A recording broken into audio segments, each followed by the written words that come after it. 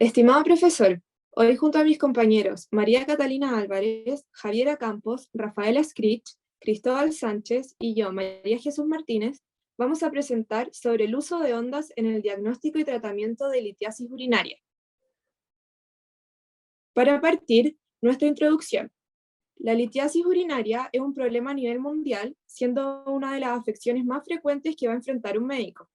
Se estima que un 5 a 15% de la población desarrollará un episodio sintomático antes de los 70 años, con una mayor incidencia entre los 15 y 44 años.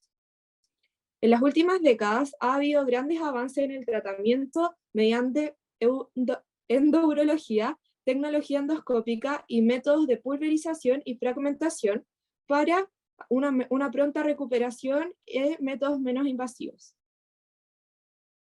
Los objetivos que vamos a hablar, primero va a ser explicar la patogenia de la litiasis urinaria, describir el manejo médico de la litiasis urinaria y analizar el uso de ondas de choque como tratamiento de esta patología. Primero, explicar la patogenia de la litiasis urinaria. ¿Qué es la litiasis urinaria? Es una enfermedad crónica caracterizada por la formación de cálculos en el aparato urinario. Los cálculos son agrupaciones de diferentes sales minerales incorporadas en una matriz orgánica. Se pueden originar en riñones o en vías urinarias superiores. Hay cálculos que son cálcicos y cálculos no cálcicos, pero los síntomas de estos son comunes, ya sea dolor al orinar, dolor intenso en la espalda o en zonas cercanas a esta, orina con sangre, entre otras. Patogenia de la litiasis urinaria. La formación se da cuando la concentración de la sal excede la solubilidad. El tipo de sal definirá solubilidad según pH e interacciones. El tamaño crece para lo suficiente para alojarse, agregar e interactuar.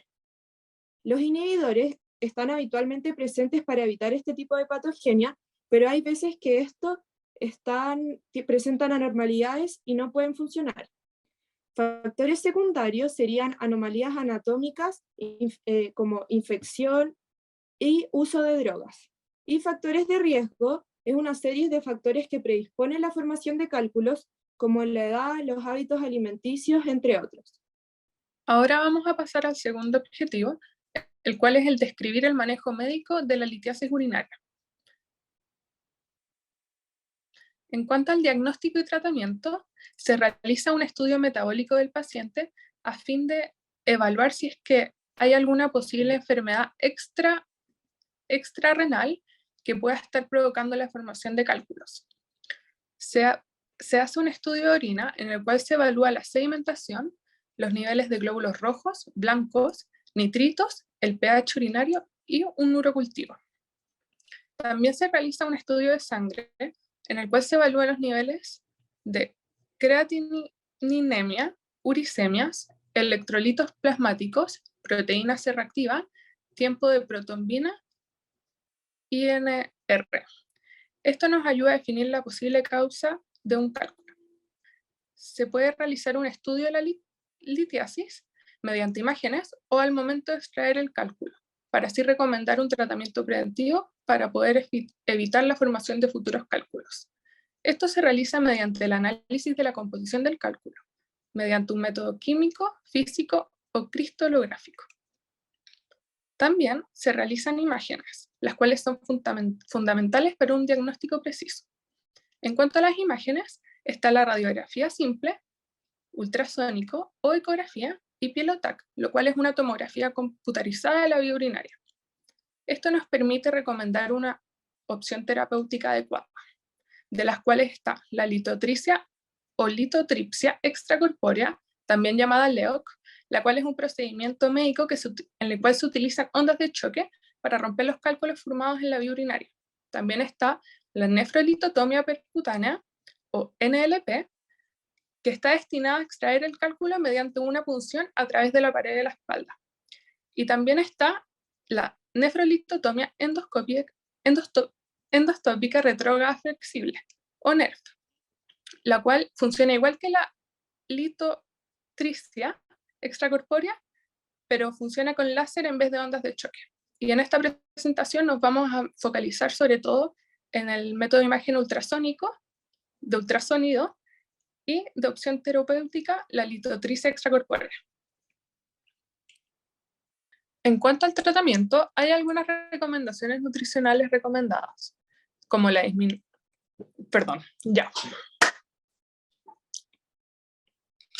En cuanto al tratamiento, hay algunas recomendaciones nutricionales recomendadas, tales como aumentar la ingesta de líquidos, ya que la disminución de orina provoca cálculos, y también disminuir la ingesta de sodio y oxalato. En cuanto a las recomendaciones farmacológicas, se recomienda vitamina C, magnesio y ácido fólico, ya que estos son inhibidores de la formación de cálculos. También hay que mencionar que hay algunos tipos de cálculo que requieren recomendaciones específicas según su tipo, tales como la litiálisis cálcica de ácido úrico o estruvita, hipocitraturia e hiperoxaluria. Y en cuanto a la confirmación diagnóstica, se requiere hacer una anamnesis para ver la historia del paciente y exámenes de laboratorio de imágenes, como fue mencionado anteriormente. Bueno, ahora vamos con nuestro tercer objetivo, que es analizar el uso de ondas de choque como tratamiento de la litiasis urinaria. Primero quisimos contextualizar un poco y exponer una breve historia de la litotripsia extracorpórea por ondas de choque. Primero tenemos una especie de línea del tiempo, y en 1971 fue la primera desintegración de cálculo in vitro. Después, entre los años 1974 a 1978, estudios in vitro e in vivo para descartar efectos negativos. Luego, en el año 1980, el primer paciente tratado con LEOC en Estados Unidos. En el año 1983, estandarización del método que comienza a reproducirse. Luego, en 1984, aprobación de este método por la FDA. Y desde entonces, limitación de cirugía invasiva a casos particulares. Bueno, ¿qué es la LEOC? Como tal lo dice su nombre, corresponde a la aplicación de ondas de choque de forma no invasiva para lograr la fragmentación de cálculos y su posterior eliminación en la orina. Es habitualmente aplicada en cálculos de menos de 20 milímetros, por lo que no sirve para todos los cálculos, porque hay algunos que pueden ser de mayor tamaño. Los elementos básicos de la LEOC son 4, principalmente. Primero tenemos el generador de ondas, que puede ser electrohidráulico, electromagnético o piezoeléctrico. Esto lo vamos a exponer con mayor profundidad en la diapositiva siguiente. Y según el generador, van a haber distintos focalizadores de ondas, que pueden ser elipsoidales, esféricos o de lente acústica. Otro elemento básico es el medio de acoplamiento de transmisión hacia la persona tratada, que sería recipiente de cojín o de agua. Y también la localización litésica y el control de fragmentación, que sería radiológico o ultrasónico. Bueno, y entre los fundamentos físicos de la LEOC, tenemos que las ondas de choque son ondas de baja frecuencia y alta energía, que ascienden rápidamente y alcanzan su pic en nanosegundos, o sea, muy rápido, y descienden lentamente. Y la baja frecuencia que tienen les permite penetrar en el cuerpo con mínima pérdida de energía. Entre los generadores, como dije antes, tenemos 3 tipos.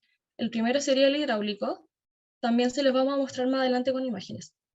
Y el hidráulico se basa en que el electrodo es sumergido en el centro de una semi-elipsoide reflectora con descarga de 16 a 30 kilovolts en 1 milisegundo, generando vaporización en el fluido. La onda se focaliza mediante un reflector elipsoidal en medio acuoso. En el generador electromagnético nos referimos a un impulso eléctrico que mueve una membrana en un cilindro de choque y genera la onda, que se focaliza mediante lentes acústicas y se transmite por un cojín de agua, que es el que transmite la onda a la persona tratada. Y en el generador piezoeléctrico tenemos que las ondas se generan por la súbita expansión de un elemento de cerámica excitado por un pulso de alta frecuencia y energía. Las ondas se van a focalizar mediante un disco esférico cóncavo. Y bueno, aquí tenemos la imagen de cada generador. Las bolsitas que se ven arriba serían el riñón, a donde se dirigen las ondas. En la primera imagen tenemos el generador electrohidráulico, y como ya mencioné, se trata de un electrodo sumergido en el centro de una elipsoide reflectora que dirige la onda hacia el riñón. En el generador electromagnético tenemos el impulso eléctrico que mueve una membrana en un cilindro de choque Tal como vemos ahí, se ve el cilindro y arriba está el riñón. Y ya en el generador piezoeléctrico tenemos que las ondas se generan por la súbita expansión de un elemento de cerámica. Otro elemento importante para la aplicación de la LEOC es el acoplamiento del litotriptor al tejido. En este caso es probablemente el factor técnico más importante durante la LEOC, ya que permite una adecuada transferencia desde el litotriptor al cálculo y depende de la técnica que tenga la persona que aplica la terapia y de algunas características del medio de acoplamiento. El acoplamiento ideal es el agua, que en un inicio consistía en una bañera de 1000 litros, que permitía que se transmitieran las ondas de choque de forma más efectiva. Los modelos actuales, sin embargo, se limitan a un espacio o cojín a nivel del abdomen que mediante un gel permite el contacto con la superficie cutánea. Este gel es lo que facilita la transmisión de las ondas desde el litotriptor hacia el tejido. Se emplean microcámaras para evitar la presencia de burbujas en el gel que puedan generar también pérdida del acoplamiento y así se reduce la pérdida de energía en las ondas de choque. En el fondo se utiliza este gel que es similar a lo que sería el agua en un inicio para transmitir las ondas de choque de forma más efectiva. Una vez en el cuerpo, la onda se propaga sin interferencia, ya que virtualmente no existe una diferencia de impedancia acústica entre el agua y el tejido humano, ya que el tejido humano se compone en un 70% de agua. Entonces las diferencias de impedancia acústica se van a ver principalmente entre lo que sería el agua y el cálculo, o un elemento sólido. Las ondas de choque actúan mediante un frente de presión positiva que se genera por múltiples frecuencias. Su uso para la destrucción de cálculos se basa en algunas propiedades de las ondas de choque.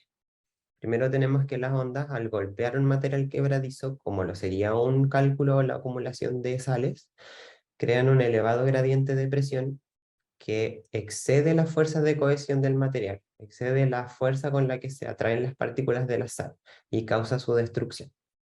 La intensidad necesaria para destruir el cálculo tiene que necesariamente ser inferior al nivel de tolerancia del tejido vivo, porque de lo contrario se genera daño en el tejido, dolor y una afección en el paciente, que es lo que no se busca cuando se realiza un tratamiento. Y la longitud del impulso de la onda debe ser más corto que el paso a través del cálculo para evitar la superposición y las ondas reflejadas. Las ondas de choque pueden ser transmitidas libremente y propagadas a través del cuerpo cuando se usa un medio de transmisión adecuado. Por eso se utiliza el gel al aplicar o un cojín de agua para aplicar la terapia. Las ondas de choque pueden ser enfocadas con precisión si se integran en un sistema reflector apropiado, como es el caso del primer tipo de generador que utiliza una elipsoide, y las ondas de choque generadas por descarga eléctrica. Uy, lo veo aquí. Ya, las ondas de choque generadas por descarga eléctrica de alto voltaje sobre electrodos sumergidos en agua pueden ser fácilmente reproducibles y por eso se utilizan los generadores que utilizan electricidad. La forma en la que se destruyen los cálculos es por el efecto que tienen las fuerzas de la onda acústica en el material. Se han descrito fuerzas que actúan en la superficie anterior del cálculo, es decir, por el frente, que son fuerzas compresivas, y se produce también un mecanismo de cavitación. En la parte media o interior se produce una onda tensional reflejada, y en la parte posterior del cálculo, que es ya una vez que la onda atravesó el cálculo, donde se produce un efecto descascarillado. En la primera imagen se ve que cuando se produce el cambio de impedancia por la diferencia de densidad entre el tejido y el cálculo, se generan fuerzas compresivas que inducen las primeras líneas de fragmentación. En la segunda imagen, a la vez que se crea un fenómeno de cavitación que produce microchorros energéticos que magnifican este efecto, es decir, el efecto se ve magnificado por este efecto de cavitación al haber esta diferencia de impedancia acústica. Y finalmente la onda, al atravesar el cálculo y al llegar a la superficie posterior, produce una fuerza tensional que se refleja en dirección contraria y produce el efecto de descascarillado. Ahora, sabemos que se utilizan ondas también para el diagnóstico por imágenes, y que se utilizan para la localización del cálculo, pero además se utilizan a lo largo de todo el tratamiento, ya que la localización de la litiasis puede realizarse por ecografía. Es necesario ir evaluando la fragmentación litiásica en el curso del tratamiento y verificar de forma continua durante el tratamiento si el cálculo está bien focalizado para seguir con el tratamiento LEO y la desintegración. En este caso, en el uso de ecografía se utiliza el ultrasonido, que es otro tipo de onda que se aplica en este caso. Permite trabajar sin exposición a radiación porque utiliza también ondas de sonido y por tanto localiza cálculos pequeños independientes de su radiodensidad y permite determinar la posición por ecolocalización. Los principios del ultrasonido son que, en primera instancia, se define como el sonido que tiene una frecuencia mayor que la que puede ser oída por los seres humanos, que detecta entre 15.000 y 20.000 Hz, y las imágenes médicas que utilizan ultrasonido como la ecografía utilizan rangos de frecuencia muy superiores situados entre los 3 y los 15 MHz. Su uso en medicina se vale de las siguientes propiedades del sonido, que son la generación de ecos, que es lo que se produce al estar en contacto con un material de distinta densidad, la reflexión que ocurre también al entrar en contacto con un cuerpo, que es el rebote de las ondas de sonido, la refracción, que es el cambio de dirección de la onda de sonido, la absorción, que corresponde a la pérdida de energía de la onda de sonido, la atenuación, la intensidad del sonido, que tiene que ser de baja intensidad para no generar daño, y la potencia del sonido. La ecografía es una técnica diagnóstica que recoge los ultrasonidos que fueron descritos antes, los cuales atraviesan hasta cierta profundidad la parte del cuerpo que se quiere explorar y aprovecha la diferencia de velocidad de propagación en los tejidos para transformar esas señales y que llegan en impulsos eléctricos que después se visualizan en una pantalla, que se ve solamente en tonos de grises. Los componentes de un ecógrafo son el generador de las ondas de ultrasonido, el transductor, que vamos a ver lo que hace más adelante, un convertidor analógico digital que va en el fondo a utilizar esta información y ingresarla a la máquina, una memoria gráfica que tiene una gama de 256 grises que van a producir la imagen y un monitor en donde se va a ver la imagen. La resolución que tenga el ecógrafo va a estar dada por su capacidad de que para dos puntos o interfaces muy próximas se representen ecos diferentes al estar en contacto con tejidos o componentes de distinta densidad y que generan ecos distintos. El transductor del ecógrafo es un aparato que transforma un tipo de energía en otro. En ecografía, el transductor transforma energía eléctrica en energía acústica inicialmente y después hace el efecto contrario mediante el efecto piezoeléctrico. Este efecto es una propiedad de algunos cristales que al recibir corriente eléctrica se contraen y dilatan generando vibraciones, es decir, generan energía acústica, que en este caso sería el ultrasonido, y a la inversa, al recibir la presión de ondas acústicas, que serían el eco, convierten esta energía en energía eléctrica. El transductor entonces recibe impulsos eléctricos y los convierte en pulsos acústicos, y después recibe pulsos acústicos, que son los ecos, y los convierte otra vez en impulsos eléctricos. De esa forma, se produce la generación de una imagen por ecolocalización que se puede utilizar en forma continua durante el aleo, que es para hacer el seguimiento de la fragmentación del cálculo y la posición del mismo. Conclusiones. La litiasis urinaria es una patología multifactorial de relevancia a la que como médicos nos enfrentaremos con frecuencia. Es necesario conocer las características de los cálculos, su origen probable y los distintos manejos que tienen para implementar un abordaje adecuado.